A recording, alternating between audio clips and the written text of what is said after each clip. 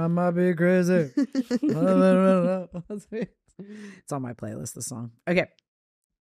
Hello, All-Star listeners, and welcome to another episode of the Veterinary Roundtable, presented by All-Star Veterinary Clinic, the podcast where we answer your veterinary-related questions while having some fun along the way. If you enjoyed today's episode, be sure to leave us a review on your podcast provider of choice, and if you have any feedback to offer to improve the Veterinary Roundtable, let us know. Speaking of reviews, this is what Lauren BG12 had to say about the show. Love this podcast. Thank you, Lauren. Thank you, Lauren. I am a tech in Lower Alabama, Auburn to be exact. We won't hold that against you because we are UT people, but that's okay. Well, not Duckwall, but Mallory and I. I didn't even know it was a rivalry until now. And I am desperately trying to get into vet school. I'm currently pursuing a master's of public health. Awesome. This podcast definitely deepens my love of vet med. Thank you so much for sharing your cases and knowledge. Thank you so much. Yeah, thank you. That was really nice. Wow. And we have to hammer home. What's the sound? It's us hammering. Bring, bring. We're hammering things. No. It's like hitting a ring, a bell. Ding, ding, ding. How's the hammer sound? Crank, crank, crank. Oh, that was good. Yeah, we'll use the chair. Okay. Hammer home the idea that we need those reviews on Spotify. Yeah. And Apple Podcasts. Because it really helps boost us in the algorithm. Yeah. Whatever that means. And we want to be boosted to the top. Boost us, baby. Maybe we'll win an award. So very cool, Lauren. I really appreciate the review. And Masters of Public Health. That's what I'm impressive. saying. I mean, wow. She must like school. I guess. I'm impressed. Don't give up though on going to vet school. Yeah. If that's really what you want to do. And you have a lot of money to pay for your school. No, just kidding. We'll talk about ROI on your vet medicine degree later. But for now, you just keep dreaming because that's awesome. You've tuned into the right episode. That's right. Exactly. Okay. On today's episode, we have myself, co-host, resident July 4th partier. Yeah, baby. I didn't even read that earlier. An associate veterinarian, Dr. Ashlyn Duckwall, visiting veterinary student and fellow UT attendee, Mallory Swanson. Okay. And my co-host, the big cheese, Dr. Emily King. Okay. Hey. So how are you guys doing? How are you doing, Mallory? Doing good. Yeah. Yeah. Excited to be here. Okay. Welcome. So she's been with us for 4 weeks almost, right? Mm-hmm. So overall. From Tennessee. Yes. Sorry. My bad. Yes. We only accept Tennessee people now. Just kidding. Look, she's wearing her orange scrubs today. Yeah, I love it. Really support. See? Yep. Show the love. Make King feel better. That's right. We can sing Rocky Top if we want to. Okay, go ahead. No, it's okay. No, keep going. Rocky Top, Tennessee. There you go. Okay, great. We did it. So overall, how has your time been here with us? Really good. Yeah. Got to see a lot of cool things. Good. Way more foreign bodies than I thought. So hopefully way more foreign bodies than space, probably. Yeah, it has been. Right? Yeah. I mean, Very practical. So what was the best foreign body you saw? There was a dog that came in with dental floss from hanging out of his mouth to hanging out of his butt. Oh. So he had it all the way through. That's a good connection That from the was previous yeah. podcast. The one about the floss, the string, the whatever it was. Yeah, we talked about that actually the last Really? podcast. So it was a good Yeah, it was a good tie in case. there. Because it, messed up. That's craziness. Yeah. And the dog really wasn't even clinical. So that's what, I mean, other than the owner noticed the stuff hanging out his tush. That's crazy. I know. That's so crazy. He would have been eventually. Yeah. It would have been bad at that point. Yeah, so. exactly. Yeah. That's cool that you got to see that. Yeah. That's awesome. Okay. Icebreakers. If you could appear on any game show, which one would you choose? I love Wheel of Fortune. Would you be good at Wheel of Fortune? I couldn't do Wheel of Fortune. I think I would definitely fall and crack under the pressure. So no. I don't think I can put the words together. Yeah. Because they're so random. Yeah. But I would like to give it a go. Or The Price is Right. But I'm terrible at guessing prices. Price is Right was mine. Yeah. Price is Right is yours? Yeah. You can win some pretty cool stuff. I could totally do Family Feud. Oh, that's a good one That too. would be cool. Yep. What if we did like all-star cast on Family Feud? Wouldn't that be amazing? That'd be so much fun. Yeah. We should apply. I just have these images. Yeah. Okay. Yeah. Family Feud would totally be the one I would do. All good ones. They're all family friendly. Good times. Common piece of advice that you don't agree with. Sleep when the baby sleeps. It's not practical. I'm just in that. I'm in that mode. Like, absolutely, when you're desperate, that's going to be your best time to get any sleep. But who's going to clean the dishes? Who's going to do the laundry? Who's going to eat? You got to eat. Yep. Can't always sleep when the baby sleeps. That is true. So sleep when you can. Baby sleeping is the best time to do it. Mallory, what about you? Mine is kind of random.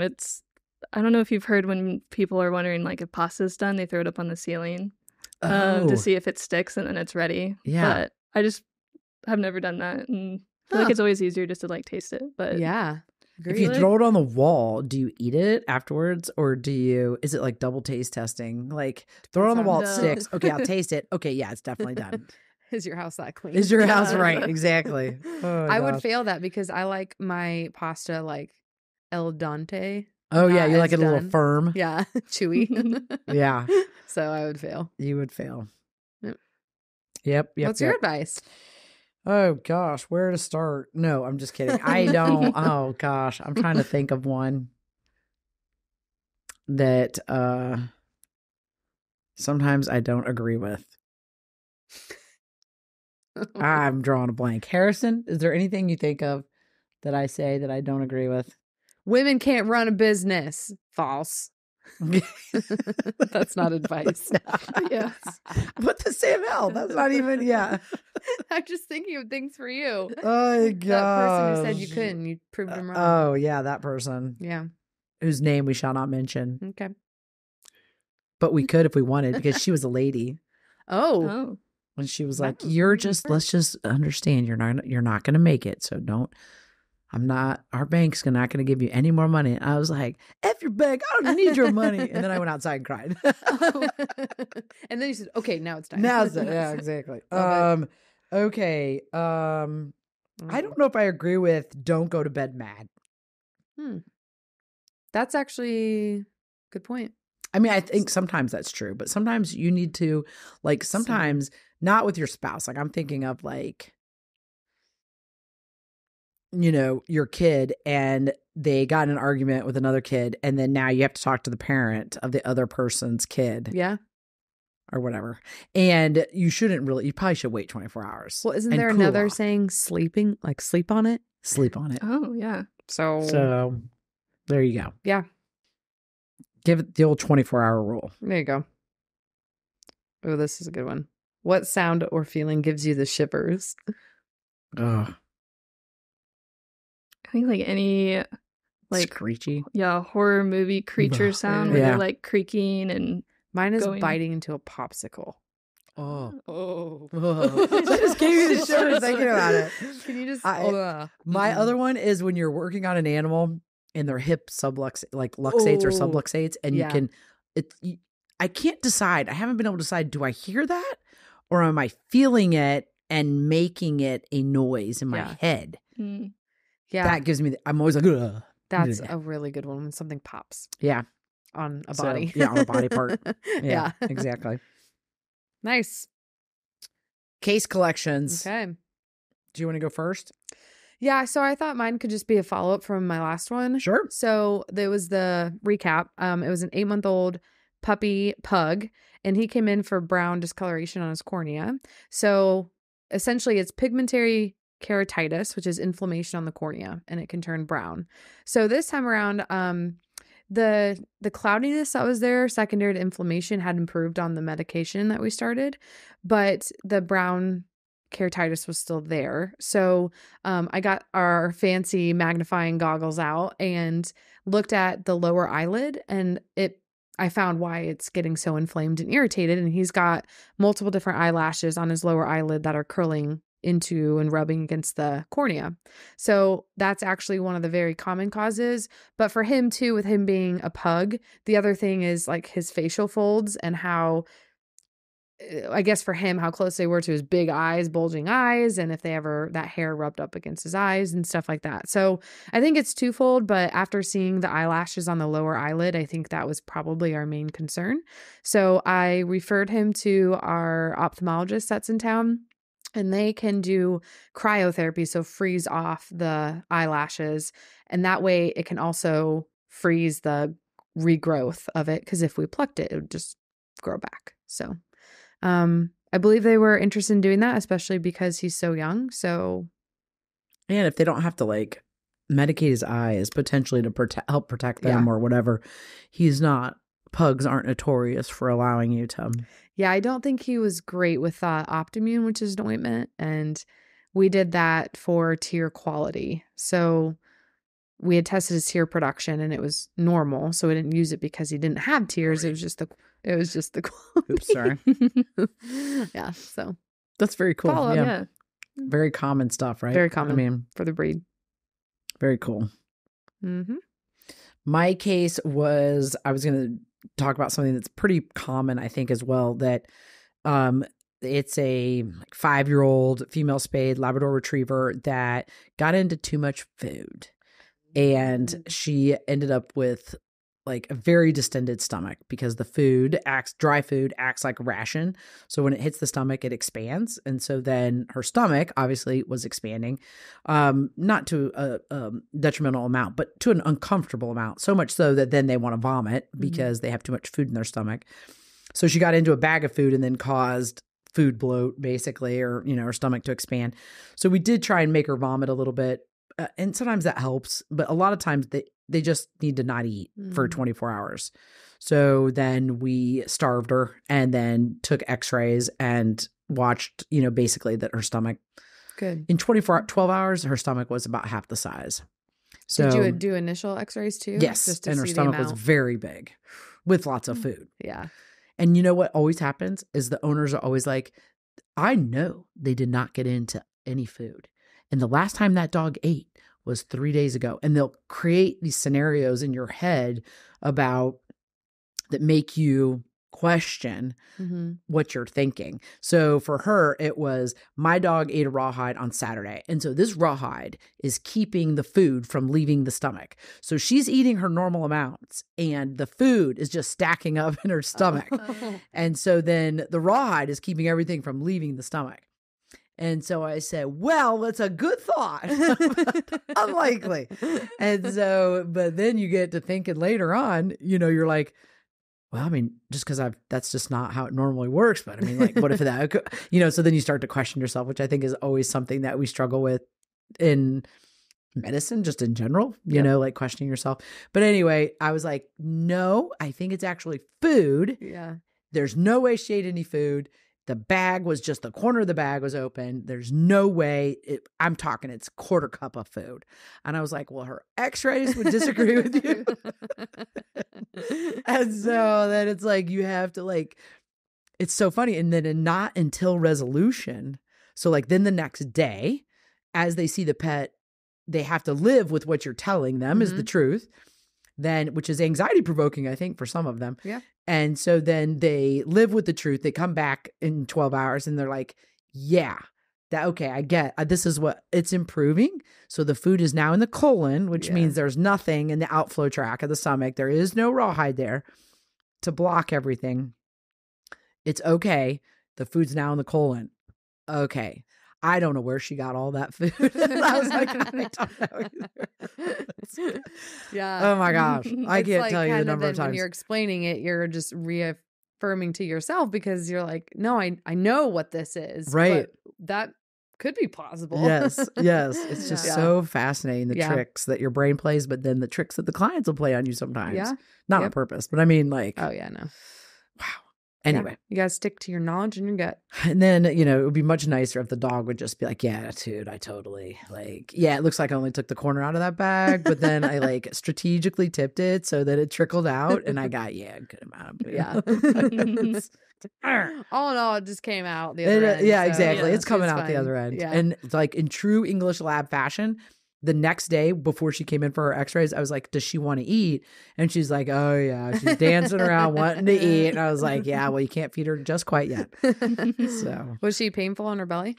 That feeling of like that grunting. So like you palpate their abdomen and they grunt a little bit, but then she wants to, then she would want to vomit. But she only brought up a small amount of food on her own. Okay. And then we gave her apomorphine to induce vomiting. Yeah. And she really wanted to keep that food.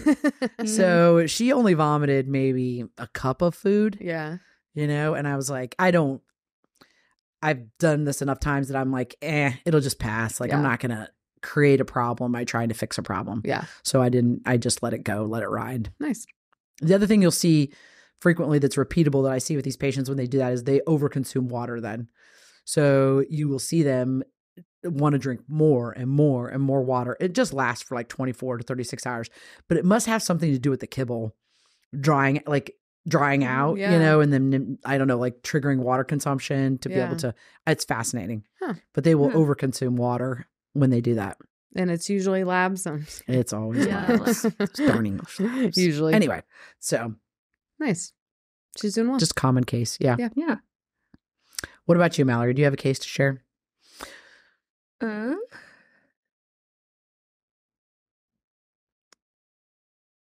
already shared my interesting one. Yep, And I'm like, they already talked about it. No, you don't have to share anything if you don't have anything.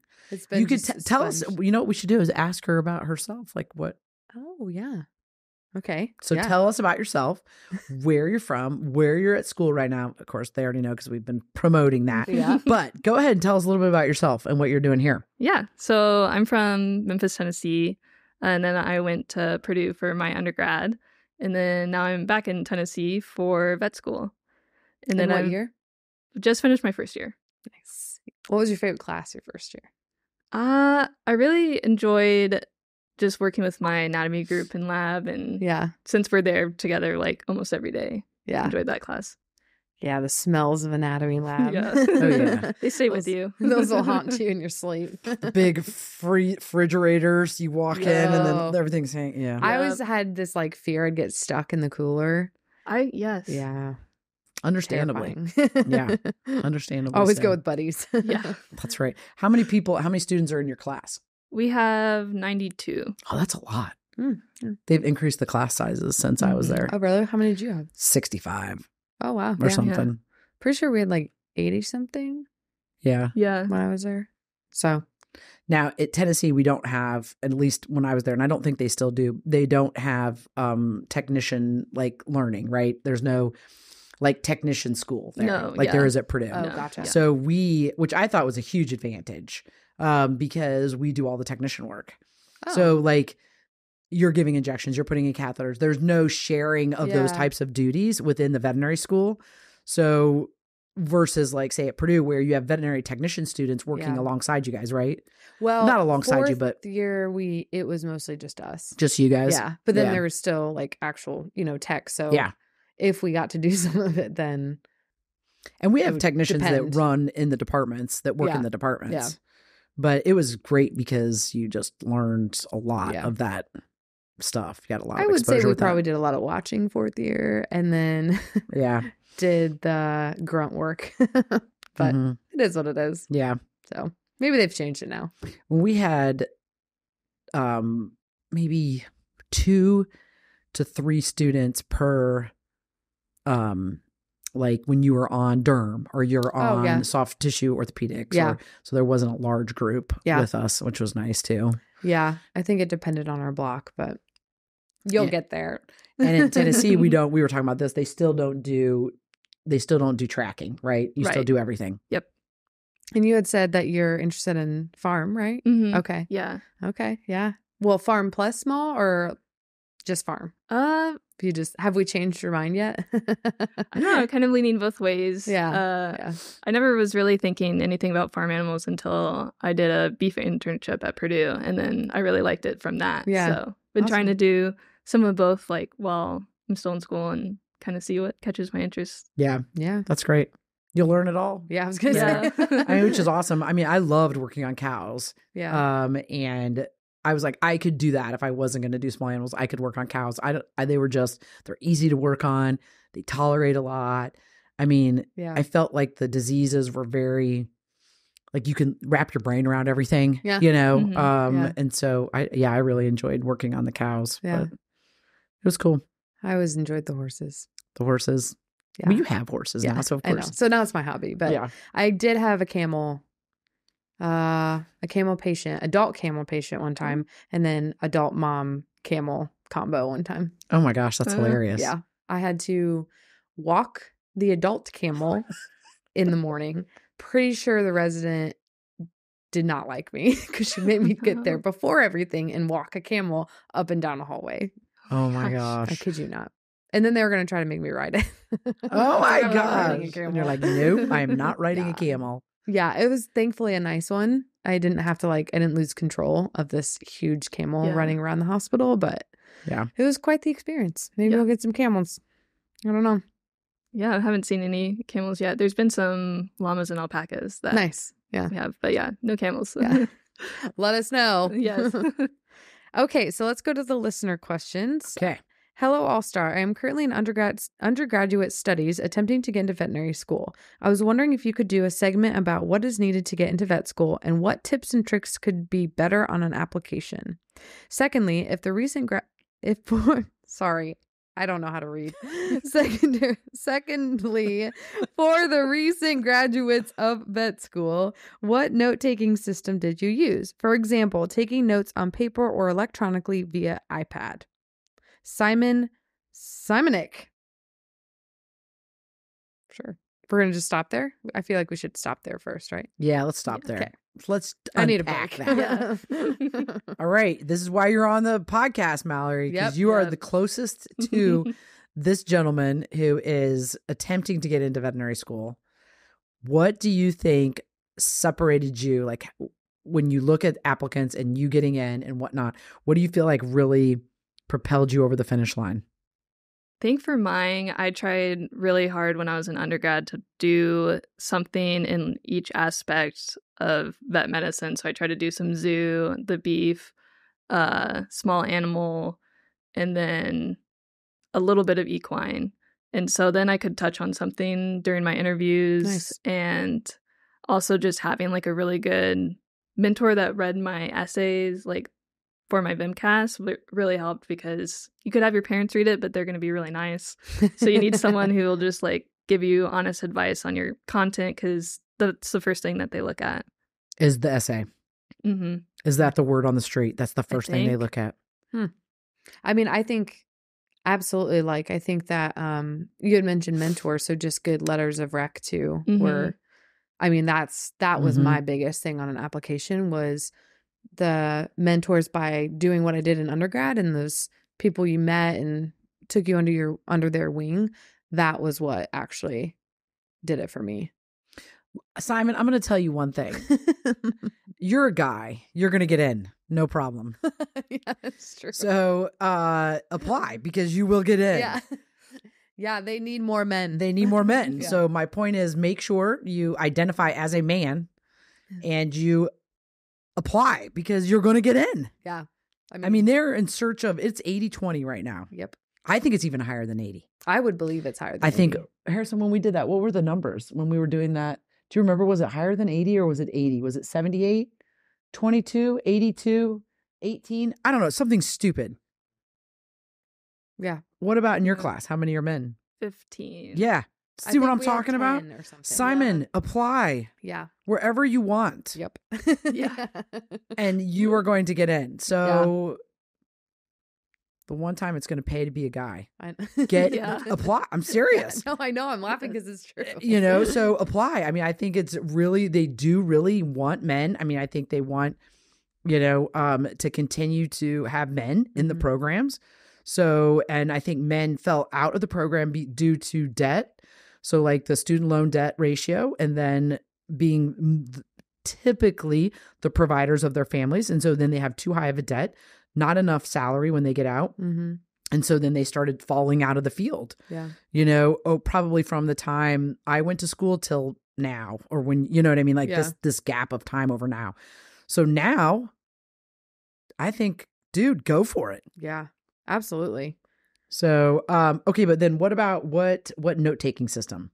Definitely the iPad. Like I hand wrote all my notes in undergrad, and there's just so many notes you're going to get in vet school. There's no way you're going to keep up by trying to print them out on paper or write during class. So I got an iPad, but right before vet school, and then just use the app like Notability or Good Notes, and it lets you write on the slides like as you're going, and you can even record and it'll match your writing to the recording. So seriously? Yeah, it's really nice. That's nice. Yeah, Match so you your can writing. go to the spot in the lecture you want, and Yeah. then it'll show like how you wrote, like it'll be in time with your notes. Holy cannolis. Yeah.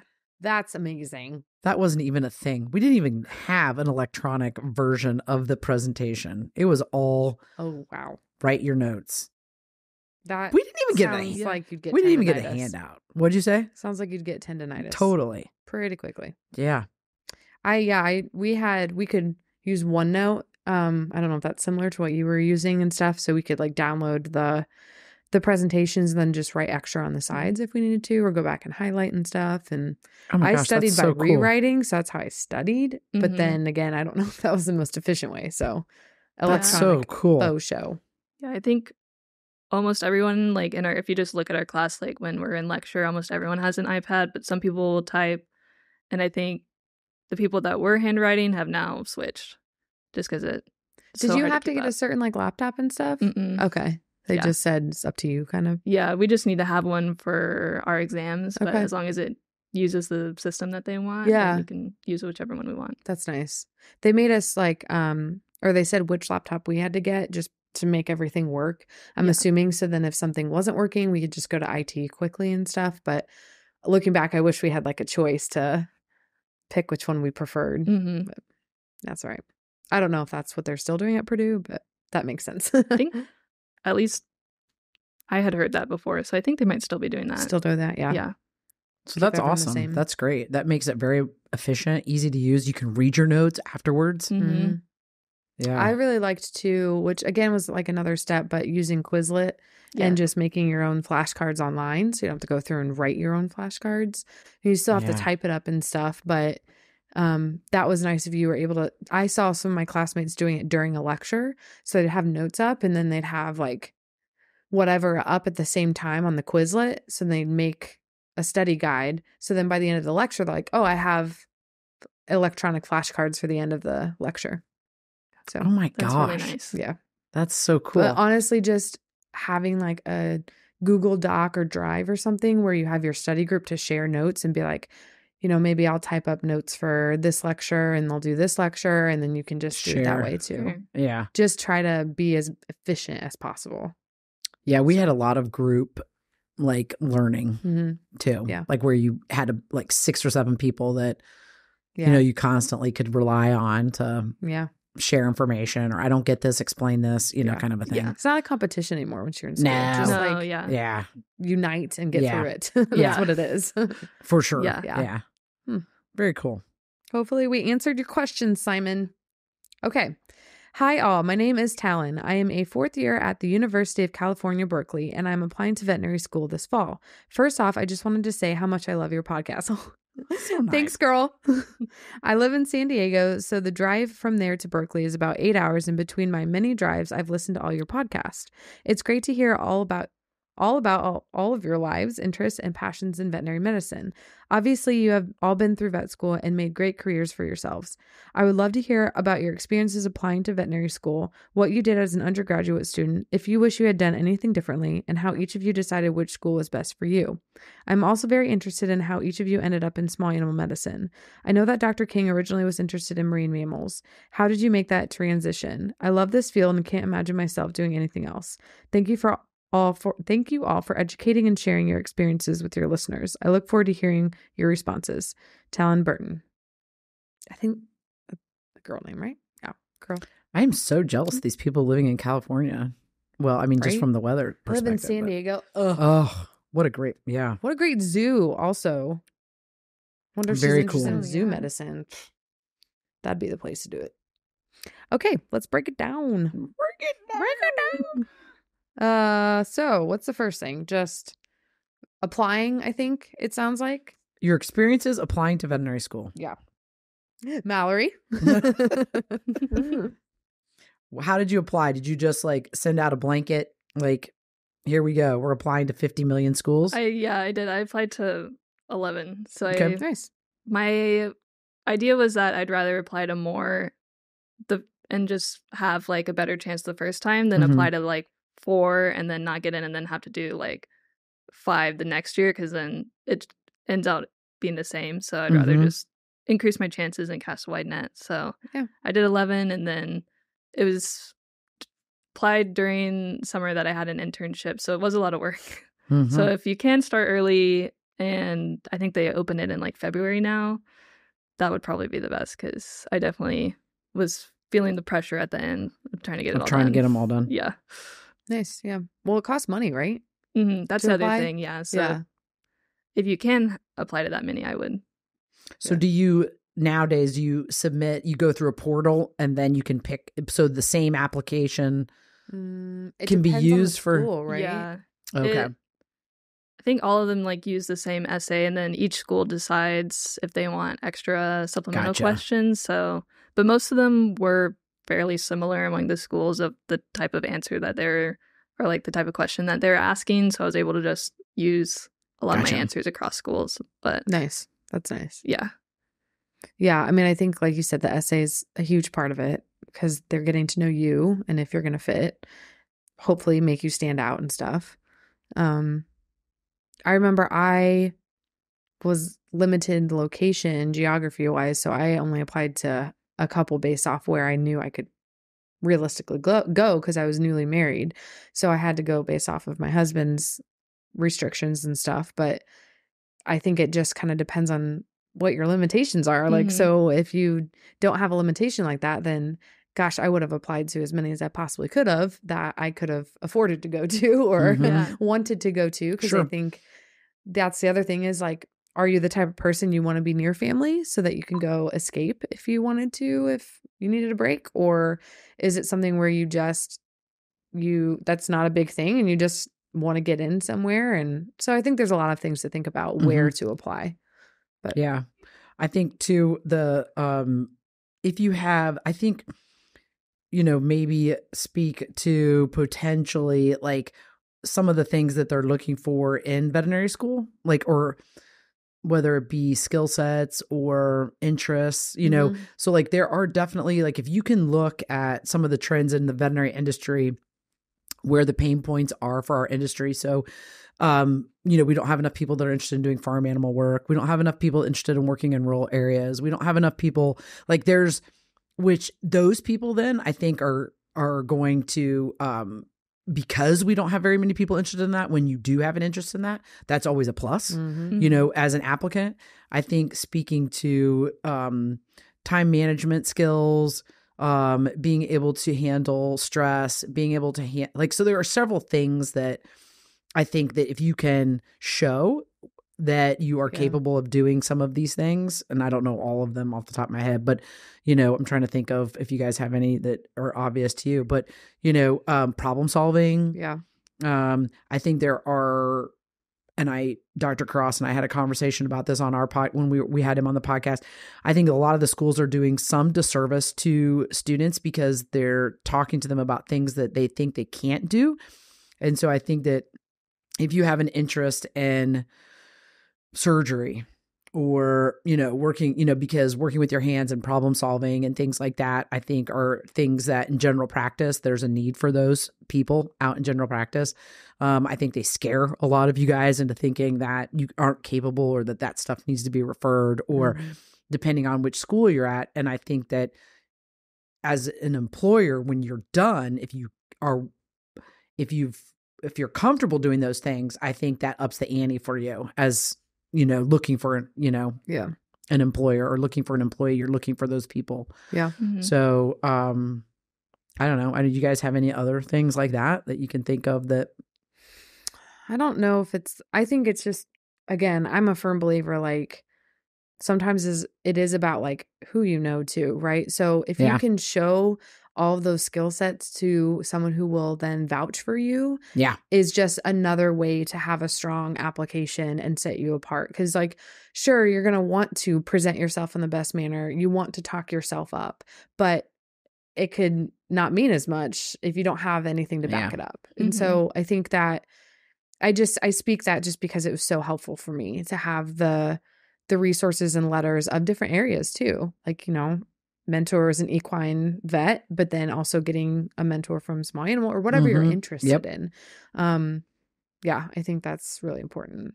I also think in the interview process too, like doing your research, having questions to answer or to ask back so then you know if that's the school you want to do. Like if you're interested in lab medicine or something, make sure it's a school that can provide that for you. Right.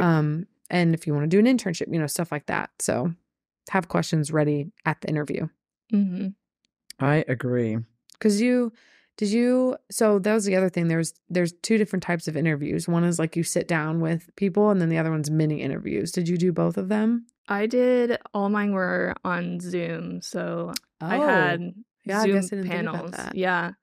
So there was multiple people on Zoom with you at once? Okay. I think all of them had at least 2 people, and it was usually people from the school and faculty, and then some of them would even have a 4th year on the interview too. Nice. Okay.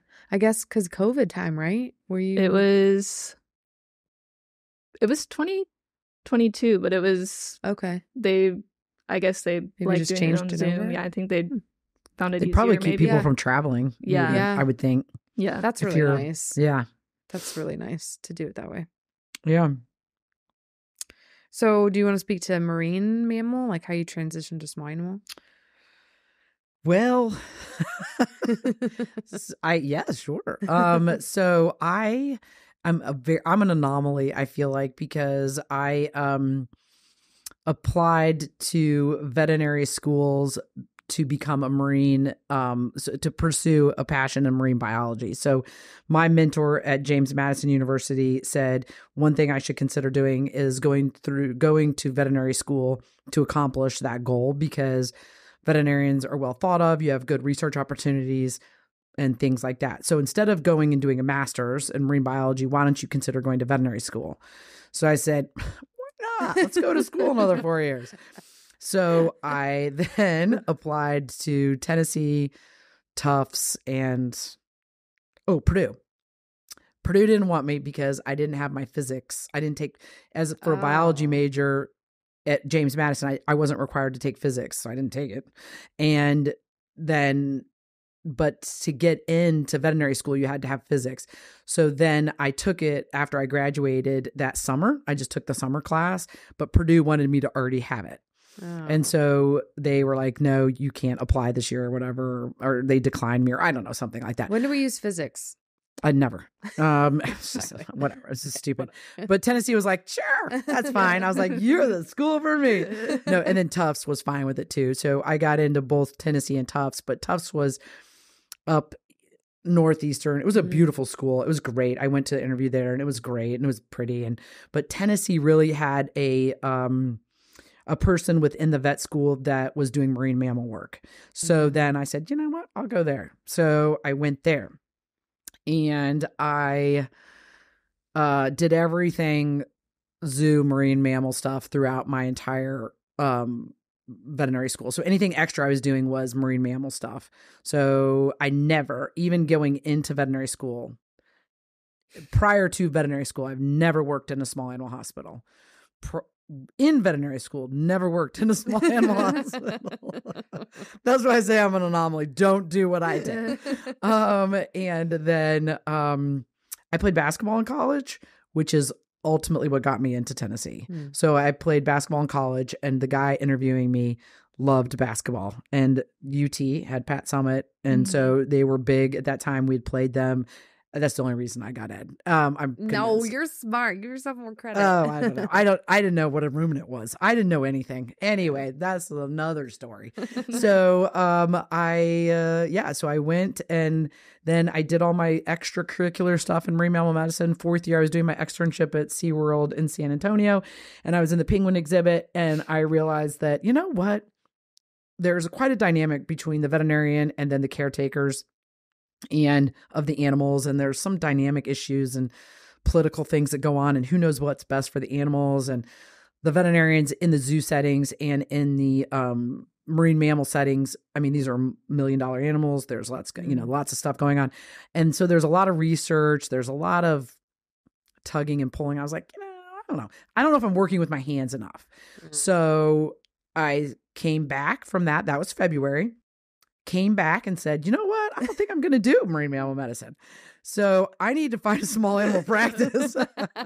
So there was this, so I don't know how I found this lady, but she was a single practitioner, graduated from UT, had already had another career, and then went back to vet school, and she needed an extra set of hands. So I went and helped her at her practice from March to April for like 6 weeks. And I was like, you know, I can do this job. And so then I applied to my boss up in South Bend, who also only hired me because I played basketball. He was a big Purdue guy. And was like, you have no small animal experience, but you played basketball and I really like basketball. So I believe that you can do this because you played basketball. I was like, okay. So then I moved to South Bend with Richie and I did small animal medicine and I liked it.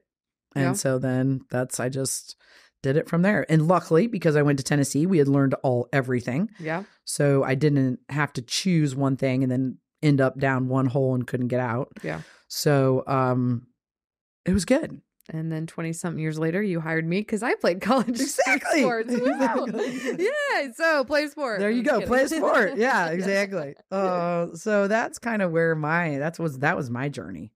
I don't think there was really. This sounds horrible too. I mean, I like animals. Don't get me wrong. I mean, I do, but I'm not like that person who's like, oh, animals. Yeah, you know, kind of a thing. I really like. I could be doing another job that had the same characteristics. Yeah. So like, I like the problem solving. I like working with my hands. I like the fact that the job changes every day. Yeah. So that's what was more important than what I was like, what animal I was working with. So I think that's why I was like, all right, I can do small animal because it has all of those things. Yeah. That's really what I'm looking for. I don't really care that it's a cat or a dog. Yeah. Kind of a thing. Which is like that is different for a lot of people because I feel like, you know, at a young age, they're like, I love animals. What can I do with my life to do something with animals? Yeah. And you really have to like people. Yeah, that's more. 100%. Because you cannot do anything with the animal. You have to be good with people too, or else you won't like it. You won't like it. You're gonna hate it. Yeah. It's ironically more about people than animals. Yep. So, there's that. Because people bring the animals. And... That's right. Yep. That's right. Yep. Absolutely. I think just asking a lot of questions like if you want to do farm, equine, small, whatever, ask people. And I think we talked about that with Dr. Cross or Dr. Martin. Like make sure you ask the right questions of what's the pros and cons, your life outside of it. Like that's what you need to know. Yeah. So for sure. Did you know you always wanted to do small animal? No, I wanted to be an equine vet. 100%. It wasn't until my third year in vet school that I decided to change because I was doing some externships during the summer. And I went down to Kentucky and I went to Haggard, one of the big clinics down there. I thought I wanted to be equine surgeon. So I did a surgery stint a week. Realized I did not want to do that, especially down in that atmosphere, which I wouldn't have gone down to racing environment. Then I did a week there with their ambulatory and I was like, this is great. This is awesome. But these horses the bar is way too high for this. I didn't want that. But I did ask a lot of female vets down there, work-life balance. And they were very honest with me and said it was really hard to have a family and your hours and stuff like that. My mentor is an equine vet. I did every year I was at that clinic. Loved it, loved the people, wanted to go back there, work for them, everything. But they were honest and they said it's hard to have a good balance. So, met my husband third year. We got married after vet school. No, sorry. We were already married in vet school. We talked realistically about what our life is going to look like. And I was like, okay, I guess I'll have horses as a hobby. Yeah. So that's when I did companion. So I still studied equine and small. But then once I found All-Star, I was like, I'm just doing small. I knew I wanted to work here, hands down. So yeah. So yeah, just keep your mind open and look at your life as a whole because work will always be there. So you got to be happy with it at the end of the day. Yeah. Absolutely. Yep. Absolutely. Did we answer all her questions? I think it was just like how to pick a school. We talked about application stuff.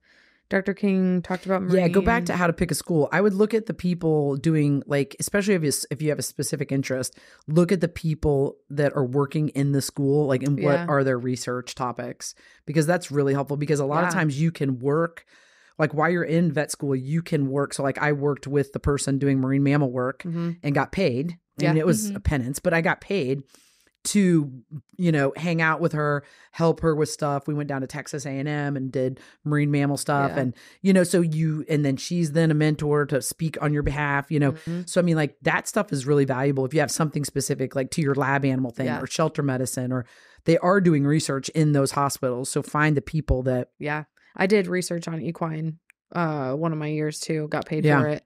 We went down in the summers and collected samples at the racetrack. So it was like. Yep. Stuff like that. That's cool. And you can even do that. Like, I was not interested in research at all, but I just wanted to get more broad knowledge and hands-on and stuff like that. So anyway.